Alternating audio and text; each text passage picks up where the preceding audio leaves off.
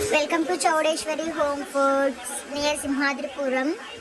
ఈరోజు మాకు ఓలిగల ఆర్డర్ వచ్చింది. ఎలా తయారు చేస్తున్నాం ఏంటి అని ఇక్కడ చూడొచ్చు మీరు. మేము ముందుగా పూర్ణం అన్నీ ఒకటే సైజులో పక్కన పెట్టుకుంటున్నాం. అలాగే గోధుమ పిండి ముద్దలు కూడా చేసుకొని అవి కూడా ఒకే షేప్లో ఒక సైడ్ అంతా పెట్టుకుంటాం, ఎందుకంటే అప్పుడు ఈక్వల్గా వస్తాయన్నమాట, ఏం తేడా లేకుండా వెయిట్లో కూడా.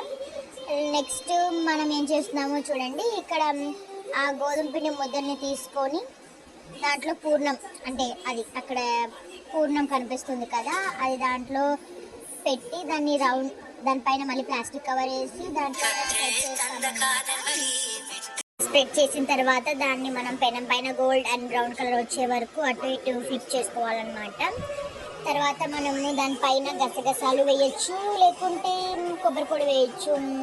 యాజ్ పర్ కస్టమర్ రిక్వైర్మెంట్ ప్రకారం మనం అలా చేయొచ్చు అనమాట.